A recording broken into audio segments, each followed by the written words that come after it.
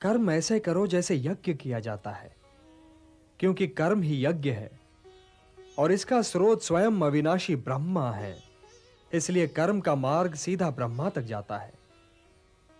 और इसीलिए जो व्यक्ति सृष्टि चक्र चलाने में योगदान नहीं करता, उसका जीवन मूल्यहीन हो जाता है। तुम इस मूल्यहीनता की ओर न जाओ पार्थ, तुम इस मूल्यहीनता की ओर न जाओ।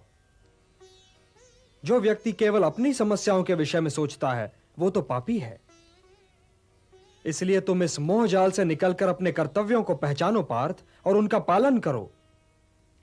हे पार्थ, कर्म फल की इच्छा ही मार्ग में बाधा है। कर्म फल की इच्छा ही तो व्यक्ति के गले में बंधा हुआ वो पत्थर है जो उसे स्वयं की तहों से ऊपर उठने ही नहीं देता। यही तो व्यक्ति को समाज से काट देता है और उसे व्यक्तिगत लाभ और व्यक्तिगत हानि की दलदल में ढकेल देता है। समाज तुम में नहीं है पार्थ, तुम समाज में हो। इसलिए लोक संग्रह और लोक कल्याण ही को अपना परम कर्तव्य मानो, क्योंकि जो समाज के लिए कल्याणकारी होगा वही तुम्हारे लिए भी कल्याणकारी होगा। जो कर्म लोक संग्रह के लिए होगा पार्थ, उसी के द्वारा तुम्हें सिद्धि प्राप्त होगी। व्यक्तिगत लाभ से तो पाप की गली निकलती है, क्योंकि वो तो स्वार्थ सिद्धि के लिए व्यक्ति को भटका देता है। और हे पार्थ, यह भी न भूलो कि तुम एक महान पुरुष हो और लोग तुम्हें दृष्टांत मानकर तुम्हारे पीछे पीछे काम और स्वार्थ के मार्ग पर चल पड़ेंगे, क्योंकि एक श्रेष्ठ व्यक्ति का आचरण तो दूसरों के लिए दृष्टांत बन ही जाता है।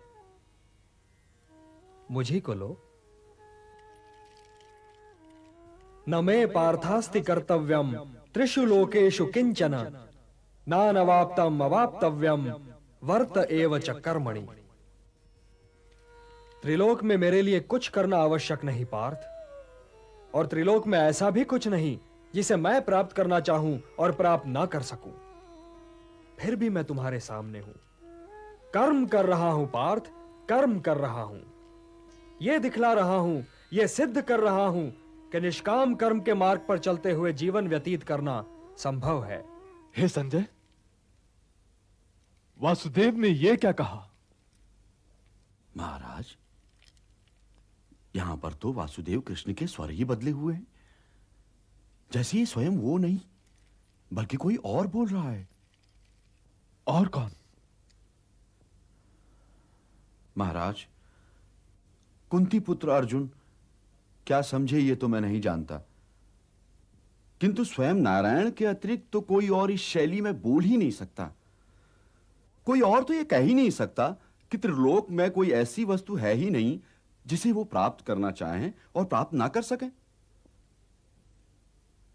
वो कह रहे हैं कि त्रिलोक में उनके करने योग्य कुछ है ही नहीं, फिर भी वो कर्म कर रहे हैं कि यदि वो कर्म नहीं करेंगे तो संसार उन्हें दृष्टांत मानकर कर्म को त्याग देगा और कर्म चक्र ठहर जाएगा, और उसके ठहर जाने से समाज नष्ट हो जाएगा, और इस सर्वनाश का कारण वही ठहराए जाएंगे। संजय, यह तो कोई साधारण या असाधारण पुरुष कह ही नहीं सकता, और यह वाक्य तो यदि किसी ब्रह्म ऋषि के भी हों तब भी यह अहंकार का प्रदर्शन माना जाएगा।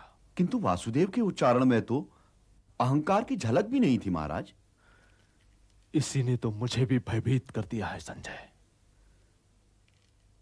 यदि वो इस स्वर में मुझसे भी धनुष उठाने को कहें तो अपनी नेत्रहीनता भूलकर मैं भी धनुष उठा लूंगा। संजय, तो क्या अर्जुन गांडीव उठा लेगा? इस प्रश्न का उत्तर मैं दे सकता हूं महाराज, किंतु भविष्यवाणी मेरे कर्म क्षेत्र के बाहर है। यदि भगवान ये चाहते कि मनुष्य को भविष्य का ज्ञान होना चाहिए तो स्वयं उसे यह ज्ञान दे देते। इसलिए अपने भविष्य को अपने वर्तमान से निकलने का समय दीजिए महाराज। यह प्रतीक्षा भी आपके कर्म क्षेत्र के भीतर है।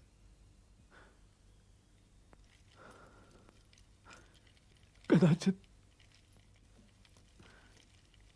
तुम ठीक ही कह रहे हो संजय। और कदाचित मैं ये जानता भी हूं कि इस युद्ध का परिणाम क्या होगा। फिर भी चाहता ये हूं कि इस युद्ध का परिणाम वो ना हो जो होने वाला है। कल तक मैं ये सोचा करता था कि मैं शत पुत्रों का पिता हूं, इसलिए मैं तो कभी अकेला हो ही नहीं सकता। किंतु अब लगता है कि मैं अकेला होने वाला हूं संजय, अकेला होने वाला हूं।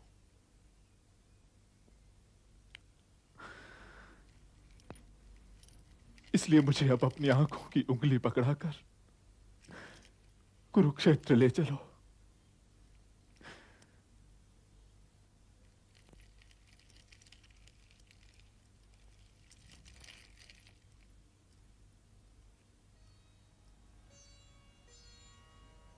सक्ताः कर्मण्य विद्वांसो यथा कुर्वन्ति भारत, कुर्यात विद्वान तथा सक्तः चिकीर्षुर्लोक संग्रहम्।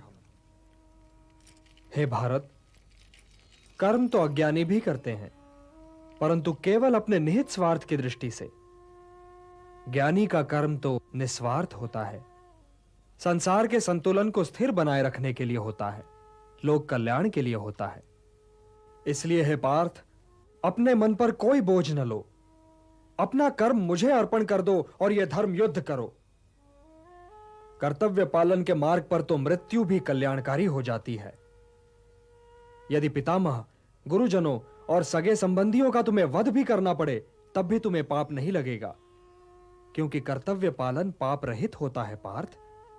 कर्तव्य पालन पाप रहित होता है। यदि वे वीर गति को प्राप्त हुए तो उनकी मृत्यु कल्याणकारी हो जाएगी, और यदि तुम वीर गति को प्राप्त हुए तो तुम्हारी मृत्यु भी। इसलिए हे पार्थ, युद्ध करो, क्योंकि धर्म का मार्ग पाप का मार्ग नहीं हो सकता। पाप की बात निकल आई है तो यह बताइए केशव कि कभी-कभी मनुष्य पाप करने के लिए इतना विवश क्यों हो जाता है? उसे कौन विवश करता है? उसे विवश करती है उसकी वासना, उसे विवश करता है उसका निहित स्वार्थ, उससे पाप करवाता है उसका क्रोध, उसका मोह। इन शत्रुओं को पहचानो पार्थ। जैसे धुआं अग्नि को ढक देता है, या धूल दर्पण को, या झिल्ली गर्भ को, वैसे ही ज्ञान को ढक देते हैं काम, मोह और वासना। आवृतम ज्ञानमेतेन ज्ञानिनो नित्य वैरिणा, काम रूपेण कौन्तेय दुष्पूरेण नलेन च। काम और मोह की अग्नि ज्ञान को नष्ट कर देती है, और इसीलिए ज्ञानी की वैरी है। हे कौन्तेय, अग्नि को स्वच्छ बनाओ, दर्पण को परिशुद्ध करो, और अपनी इंद्रियों को सौम्य बनाकर ज्ञान और विवेक के नाशकों का वध करो। इंद्रियाणि पराण्याहुः इंद्रियेभ्यः परम मनः, मनसस्तु परा बुद्धिः यो बुद्धेः परतस्तु सः। हे पार्थ, जड़ पदार्थ से इंद्रियां श्रेष्ठ हैं, और इंद्रियों से श्रेष्ठ है मन, मन से श्रेष्ठतर है बुद्धि, और बुद्धि से भी श्रेष्ठ है आत्मा। तो आत्मा की चिंता करो पार्थ, आत्मा की चिंता करो, और देह, इंद्रियों, मन और बुद्धि से ऊपर उठने का प्रयत्न करो। हे पार्थ, तुम तो मेरे भक्त भी हो और मेरे मित्र भी, इसलिए मैं तुम्हें वो योग बताने जा रहा हूं जो बहुत समय से लुप्त है, परंतु सृष्टि के आरंभ में इसे मैंने ही सूर्य को दिया था, और सूर्य से ये मनु को मिला, और मनु से इक्ष्वाकु तक पहुंचा। सूर्य को दिया था? आपने ये योग सूर्य को दिया था? परंतु हे केशव, आपने आधुनिक काल में जन्म लिया है और सूर्य देव प्राचीन है, तो मैं ये कैसे मान लूं कि सृष्टि के आरंभ में ही आपने ये योग सूर्यदेव को दिया होगा? बोलिए केशव। बहूनि मे व्यतीतानि जन्मानि तव चार्जुन तान्यहं वेद सर्वाणि न त्वं वेत्थ परंतप। हां पार्थ, मेरे और तुम्हारे बहुत से जन्म हो चुके हैं। मुझे वो सारे जन्म याद हैं, परंतु तुम्हें याद नहीं है। हे परंतप, वैसे तो मैं अजन्मा हूं, अविनाशी हूं और समस्त प्राणियों का स्वामी हूं, परंतु मैं अपनी प्रकृति को अधीन करके अपनी ही योग माया से प्रकट होता रहता हूं। यदा यदा हि धर्मस्य ग्लानिर्भवति भारत अभ्युत्थानम् अधर्मस्य तदात्मानं सृजाम्यहम्। परित्राणाय साधूनां विनाशाय च दुष्कृतां धर्म संस्थापनार्थाय संभवामि युगे युगे। हां पार्थ, मैं प्रकट होता हूं, मैं आता हूं।